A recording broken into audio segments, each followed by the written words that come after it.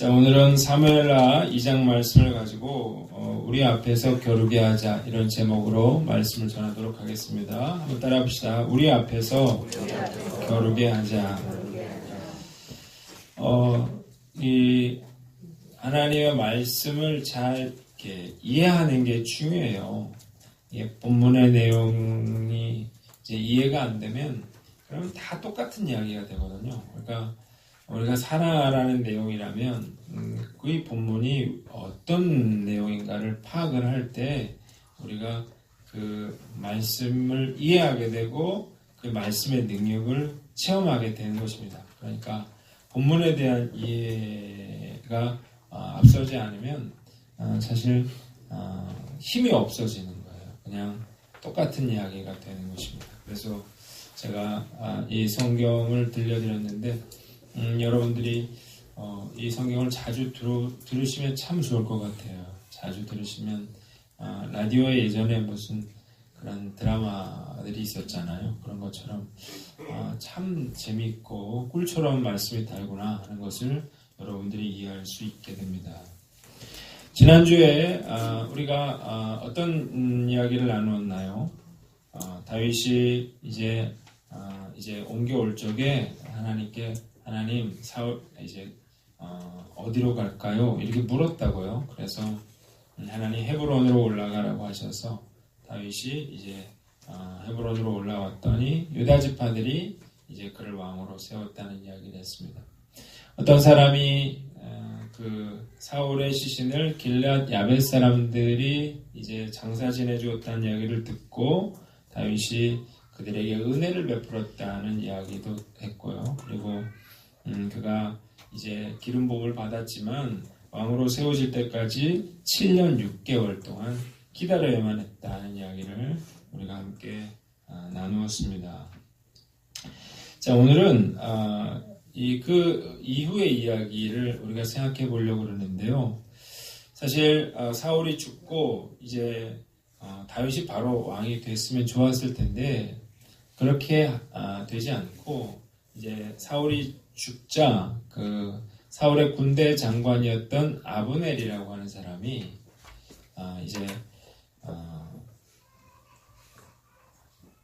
아브넬이라고 하는 사람이 그 사울의 아들 이스보셋을 왕으로 세웁니다.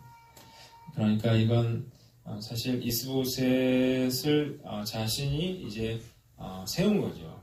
그 나라를 어떤 영향력을 행사하고 자기가 이끌어 가려고 하는 그런 마음으로 이 11지파가 다윗을 왕으로 세우지 않고 이제 이스보셋을 왕으로 세웠고, 그리고 아까 말씀드린 것처럼 유다 지파는 이제 다윗을 왕으로 세웠죠. 그래서 이제 한 나라가 이제 갈라져 있는 그런 상황에 처하게 되었습니다. 자, 그러니까 그 같은 지파, 같은 형제, 같은 민족이 이제 둘로 이제 나누어지면서 충돌이 생기고 이제 어려운 일이 생기는 그런 과정에 오늘 이 사건이 벌어지고 있는 것입니다. 오늘 본문의 내용은 아브넬과 요압이 청년들을 겨루겠다는 것입니다. 한번 따라합시다. 아브넬과 요압이 청년들을 겨루겠다. 자, 오늘 본문을 보니까 아브넬이 요압에게 이런 얘기를 했어. 원하건대 청년들에게 일어나서 우리 앞에서 겨루게 하자. 그러니까 우리 중에 그런 병사들을 뽑아가지고 그래서 그들로 하여금 누가 더 뛰어난지 겨뤄보자 제안을 했어요. 그러자 요압이 그러자고 이야기를 했습니다. 자, 이 사건은 이제 배경을 좀 보면 여기 보니까 이 아브넬과 이스보셋의 신복들이 기브온에 이르렀다고 했는데, 자, 여기가 이제 기브온의 연못이라고 생각을 해보면 이 왼쪽에 사울의 그런 그 아브넬의 군대가 있는 거고, 오른쪽에 다윗의 이제 신복들이 요압과 그의 군사들이 이제 대치하고 있는 이런 상황이 된 거예요. 자, 이 기브온이라고 하는 기브온 연못은 이제 여기가 기후잖아요. 그러니까 물이 많은 곳이니까 사람들이 이제 몰리는 곳이기도 했고, 이곳이 그 다윗이 헤브론에 있었잖아요. 거기에 이제 왕으로 있었는데 거기하고 가까운 전략적인 그런 요충지였습니다.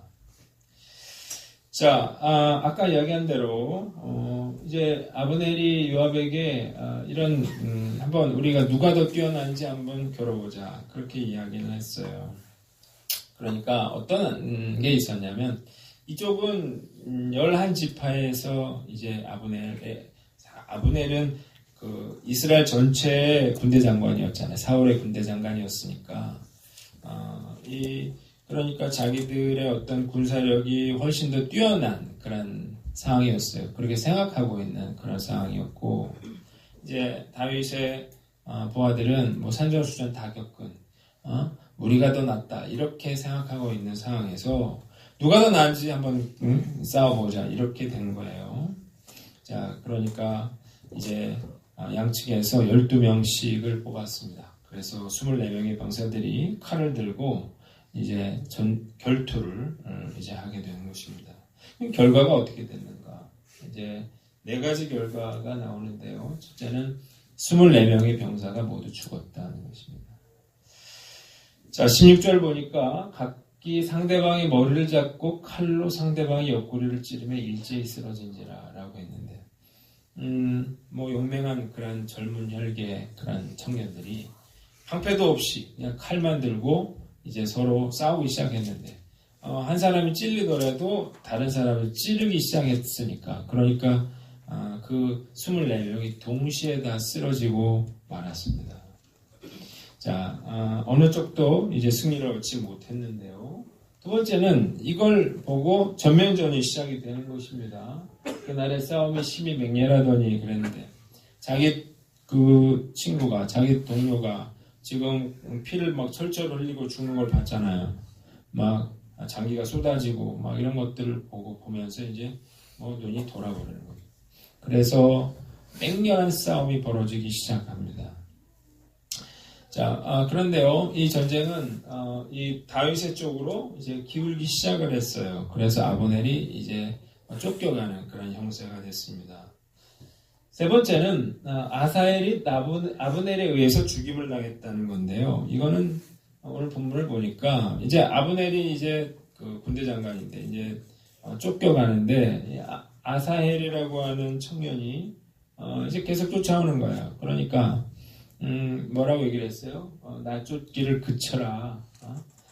내가 너를 죽이면 내 형 요압을 내가 어떻게 보겠느냐. 그런데 이제 끝까지 따라오니까 결국은 이 아사헬을 죽이고 맙니다. 자, 우리가 이 아사헬이 누구인가를 생각을 해보면요. 이 18절에 보면, 여기 보면 스루야의 세 아들 이렇게 돼 있고 요압과 아비새와 아사헬 이렇게 돼 있어요. 스루야는 누구냐면 다윗의 노입니다. 그러니까 이 요압과 아비새와 아사헬은 다윗의 조카가 되겠죠. 그런데 누가 죽었어요? 아사헬이 죽었단 말이에요. 이러니까 이 요압과 아비새가 어떻게 하냐, 자기 동생이 죽은 시신을 보고 이제 격분하게 되는 거죠. 그래서 이제 끝까지 추격을 하게 됩니다. 그래서 전쟁이 이제 확전이 되는데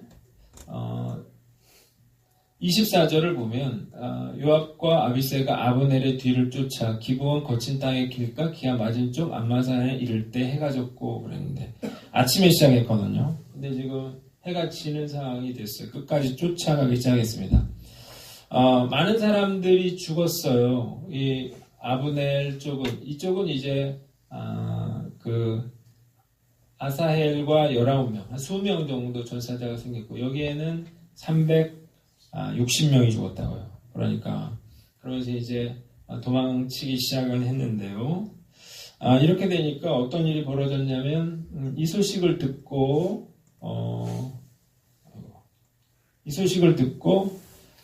이 베냐민 사람들이 몰려 들어왔습니다. 그래가지고 이번에는 베냐민 지파 사람들이 빠져있네요. 베냐민 지파의 사람들이 이제 진열을 이루고 그 앞쪽의 산에서 이제 다시 전투의 형세가 벌어지게 되는 것입니다. 자, 이렇게 상황이 확정이 되니까 이제 그 아브넬이 이제 휴전을 제안하게 됩니다. 그래서 여기 보니까 뭐라고 말해요?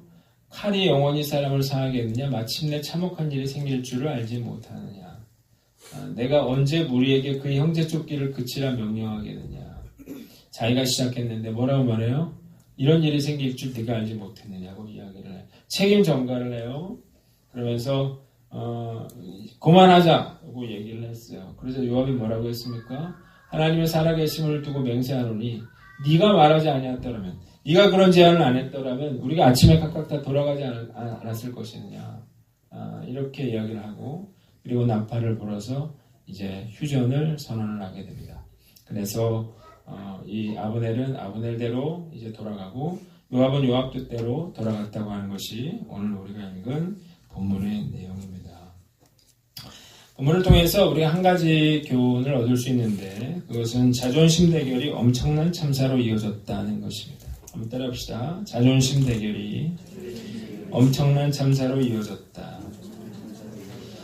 자, 누가 더 세냐, 이런 거죠. 누가 더 힘이 있냐, 이런 걸 겨뤄보고자 이 대결을 시작을 했는데요. 자, 그런데 아까 말씀드린 것처럼 무려 380명이 죽는 그런 엄청난 참사로 되돌아오게 되었다는 것입니다. 자, 이런 걸 가리켜서 이제 치킨 게임이라고 말을 하는데요. 치킨 게임이라고 하는 것은 어떤 상대가 무너질 때까지 출혈 경쟁을 하는 것을 말합니다. 그러니까 한쪽이 양보하지 않으면 둘 다 망하게 되는 것인데요. 이 말은 어디서 나왔냐면 미국의 1950년대에 미국의 이제 청년 젊은이들이 이제 자동차를 몰고 둘이 이렇게 최고 속력으로 달려오는 거예요. 그래서 어떻게 해요? 피하는 사람이 지는 거죠. 끝까지 달려가는 사람이 이기는 것입니다. 그래서 핸들을 꺾은 사람을 치킨이라고 부르는 그런 말에서 나온 건데요.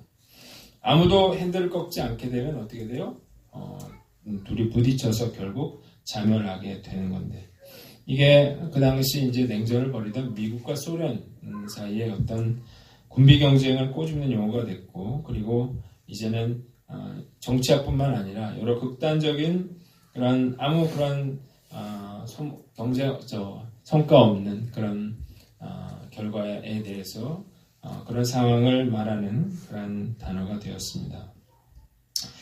자, 한번 생각을 해보세요. 이들의 무모한 그런 대결이 결국은 어떻게 됐나요? 이 청년들의 부모들의 가슴에 목을 박았고, 그리고 결혼한 사람들, 그 처자식은 그 남편과 아버지를 잃는 그런 엄청난 그런 고통으로 되돌아오게 되었다는 것입니다.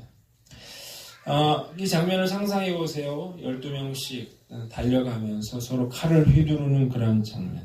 그래서 동시에 그 사람들이 쓰러지는 이 장면은 싸움이라고 하는 것의 전형적인 결과가 어떤 것인가를 우리에게 보여주는 것입니다. 왜 이런 싸움이 벌어지는가? 그거는 싸움은 내가 이길 거라고 생각하는 거죠. 내가 이긴다. 우리가 이긴다. 이러니까 싸우는데 현실은 뭐예요?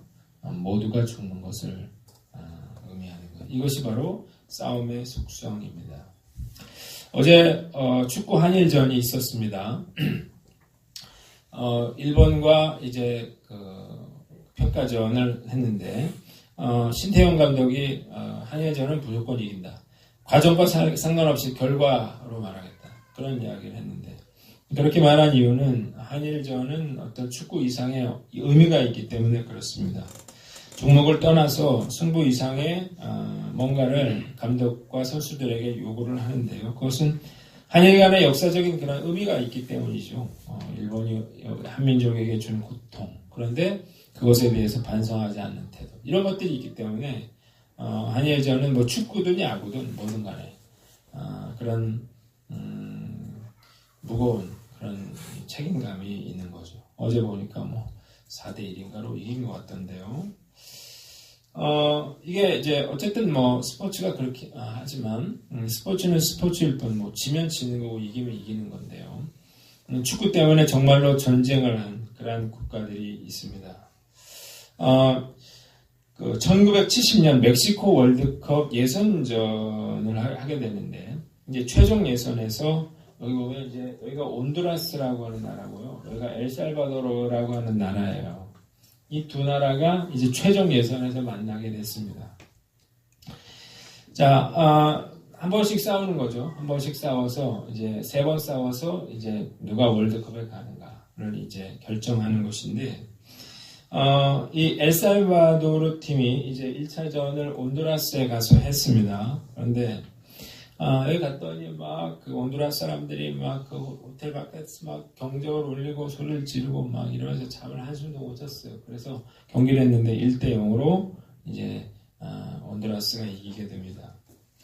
이러니까 이제 두 번째 2차전은 이제 엘살바도르에서 이제 열리게 되는데 이제 가만히 있지 않는 거죠. 뭐 전날 밤에 호텔 창문을 깨고 뭐 이러면서 난동을 부리고 결국은 엘살바도르가 3대0으로 이겼는데 문제는 뭐냐면 여기서 경기를 하고 난 뒤에 온두라스 응원단과 그런 물리적인 충돌이 일어나면서 그러면서 이제 폭행이 일어나고 그리고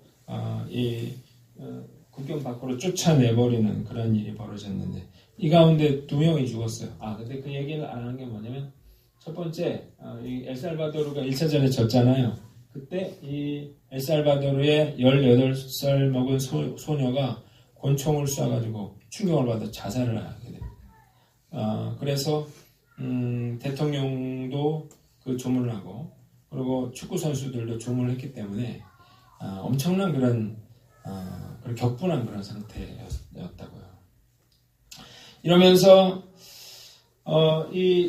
여기서 이제 그런 2명이 죽고 이렇게 되니까 온두라스에서도 가만히 있지 않겠죠.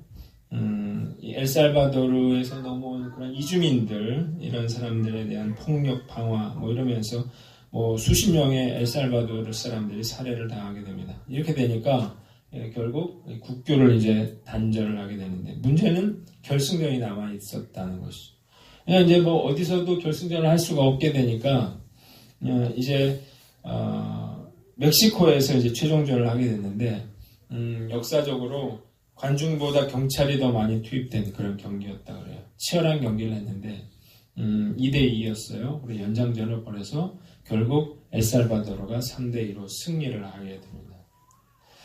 근데 이기긴 이겼는데 경기에서 이겼는데 이제 못 참는 거죠. 그래서 2주 뒤에 축구가 아니라 전쟁해보자 이래서 이제 공군이 공습을 하게 되고 그리고 보병 12,000명이 쳐들어가서 온두라스를 완전 뒤집어 놓게 되는 거죠.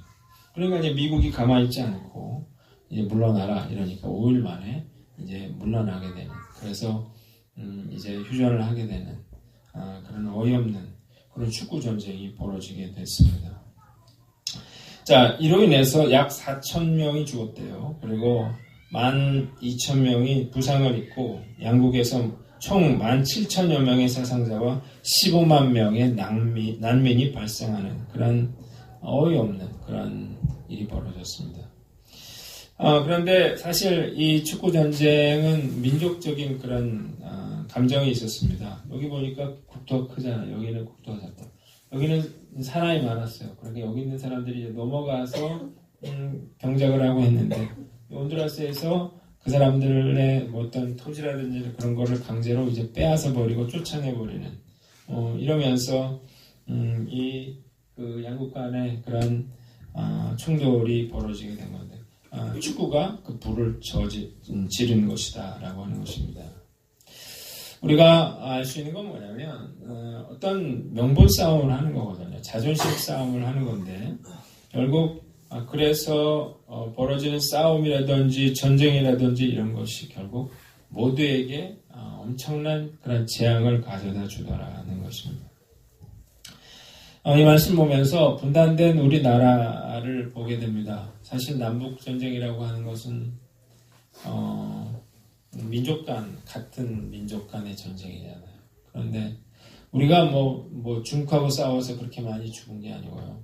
일본하고 싸워서 죽은 게 아니라 우리끼리 싸우다가 정말 엄청나게 많은 사람들이 죽었다고 하는 건 정말 참으로 안타까운 그런 일이죠.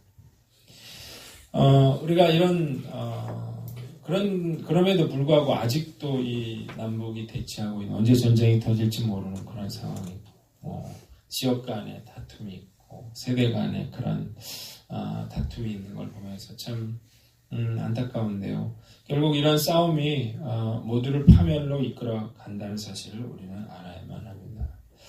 작은 연못이라고 하는 그런 노래가 있어요. 양희은 씨가 이제 불렀는데요. 이런 노래예요. 깊은 산 오솔길 옆 자그마한 연못에 지금은 더러운 물만 고이고 아무것도 살지 않지만, 이런 노래인데, 먼 옛날 이 연못엔 예쁜 붕어 2마리 살고 있었다고 전해지지요.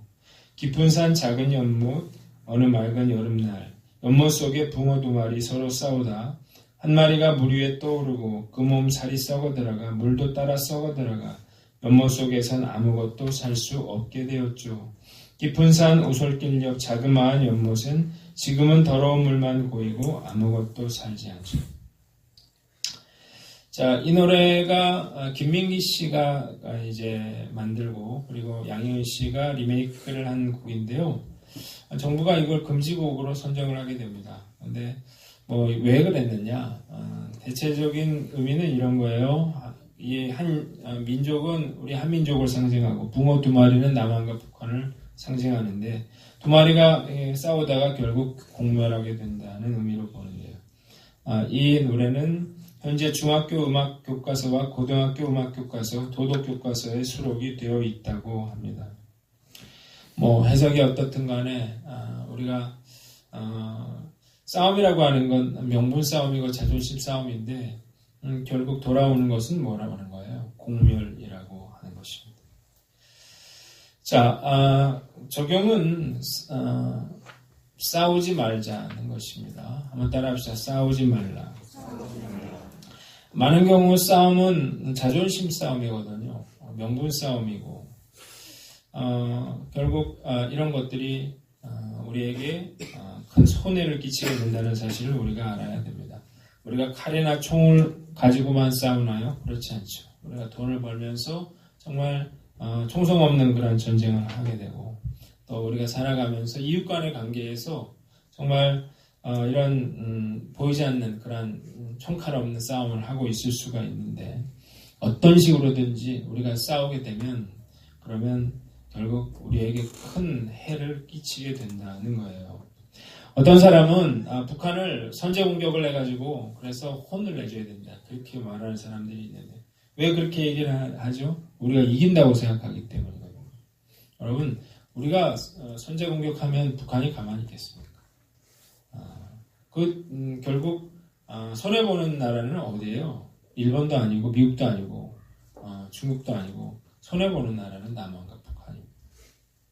이런 말을 우리가 이런 말에 속아서는 안 되는데요. 달콤하게 들리죠. 한방 혼을 내줘야 된다.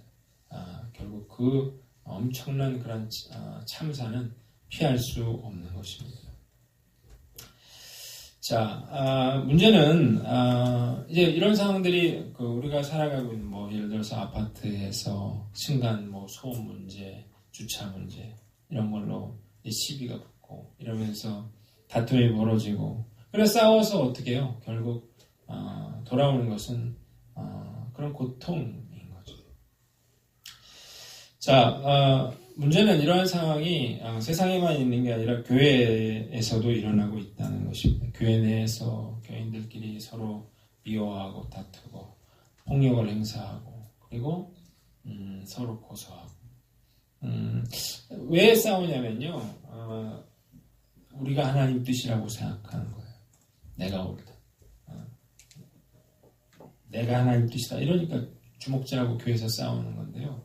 한번 생각해 봐야 되는 거, 정말 그게 하나님의 뜻일까요?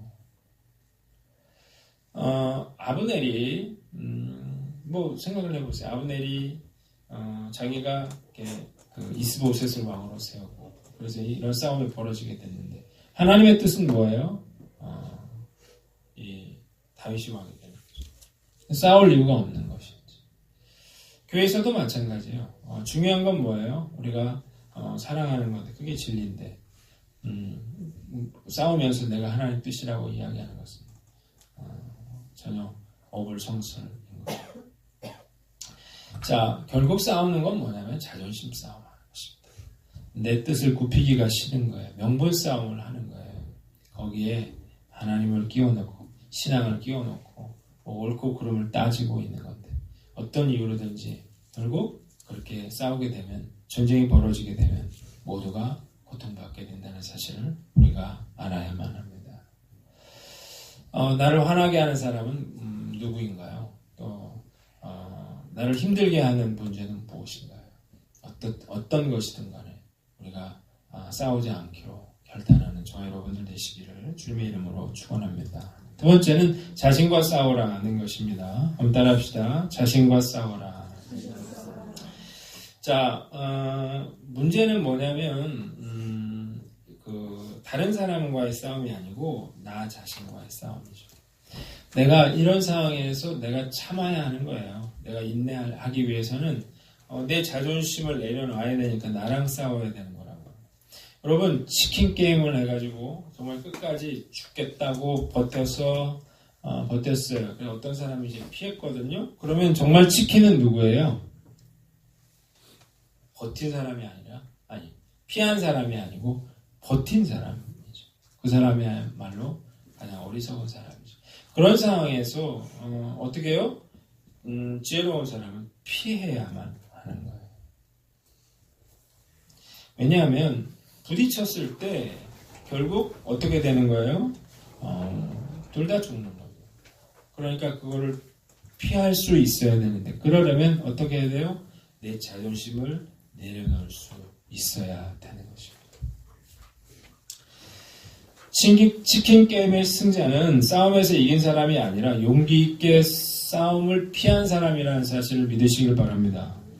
우리가 예수님은 서로 사랑하고 용서하라고 이렇게 말씀하셨는데 우리가 크리스찬들은 싸움이 아니라 사랑으로 문제를 해결해야만 합니다. 그러기 위해서는 어떻게 해야 돼요? 나 자신의 나의 자존심과 내 생각, 내가 옳다고 생각하는 건 모든 것 다 어떻게 해요? 다 내려놓아야만 하는 거죠. 그래서 크리스찬은 나 자신과 그렇게 내 안에서 그런 싸움이 벌어지게 되는 것입니다. 자, 우리가 내가 참아야 되는 것은 무엇인가요? 내가 하나님 앞에 순종해야 될 것은 무엇인가를 돌아보고 우리가 그 하나님의 뜻에 순종하는 저와 여러분들 되시기를 주님의 이름으로 축원합니다. 마지막으로 하나님의 뜻을 생각하라는 것입니다. 한번 따라합시다. 하나님의 뜻을 생각하라. 다툼이 일어나는 대부분의 이유는 뭐냐면 내가 옳다고 생각하는 거. 나는 옳아, 내가 억울해 이렇게 생각하는 거거든요. 자, 사실 두 왕국이 이제 분열이 되어 있는 상태에서 어떤 충돌이 벌어질 수 있겠죠. 자, 그런데 이들이요, 진정으로 하나님의 뜻이 무엇인가를 물었더라면 어떻게 해요? 싸울 필요가 없었던 거예요. 왜냐하면 다윗을 하나님의 왕으로 세우시기로 했기 때문이죠. 자, 이걸 아브넬도 알고 있었거든요. 근데 아브넬은 그게 하기가 싫었어요. 왜냐하면 지금 정치적인 실권을 자기가 가지고 있어요. 그 입지는 내 것이에요. 그러니까 내가 다윗을 왕으로 인정할 수가 없게 되는 거죠. 그래서 이런 일이 벌어졌는데 문제는 뭐냐면 이 일로 인해서 사소해 보이지만 우리끼리 한번 대결해보자고 시작한 이 일로 인해서 누가 죽었어요? 아사엘이 죽었죠. 그래서 요압이 칼을 가는 것입니다. 나중에 이 아브넬이 돌아가는 형세를 보고 나라를 다윗에게 바치기로 해요. 그래서 협상을 벌이게 되는데 그때 요압이 아브넬과 인사를 하는 것처럼 입을 맞추는 척하면서 칼을 꺼내서 그 배를 찔러서 아브넬을 죽인단 말이죠. 자, 하나님 앞에 불순종하는 것은 목숨을 잃을 만큼 위험한 것이라는 사실을 우리가 알아야만 합니다. 하나님의 뜻을 생각하지 않으면 내가 어떤 자존심 때문에 어떤 내 고집 때문에 내 생각 때문에 그런 일을 했을지 몰라도 결국 하나님 앞에서 그런 것들이 심판받게 되고 또 하나님이 싫어하는 일을 하면 안 되는 것입니다. 오늘 중요한 건 이걸 꼭 물으세요. 내가 지금 이런 일을 하려고 하는데 내가 지금 이런 다툼을 벌이려고 하는데 내가 이런 화를 내려고 하는데 과연 이게 하나님의 뜻인가? 묻기만 하면 답이 나옵니다. 오늘 말씀 마치겠는데요. 아브넬과 요압이 청년들로 하여금 겨루게 했는데요. 이들의 자존심 싸움, 수많은 사람들의 죽음으로 돌아왔습니다. 그리고 아브넬은 자기 목숨도 잃게 됩니다. 자, 싸우지 말라 그랬습니다. 싸움은 그 누구에게도 승리를 가져다 주지 못합니다. 우리는 자신과 싸워야 합니다. 그래야만 우리가 다른 사람들과 싸우지 않게 되고 그리고 진정한 승리자가 될 수 있습니다. 그리고 우리가 어떤 일이든 어떤 상황에서든 하나님의 뜻은 무엇인가를 물음으로 우리가 하나님께 순종하는 저와 여러분들 되시기를 주님의 이름으로 축원합니다.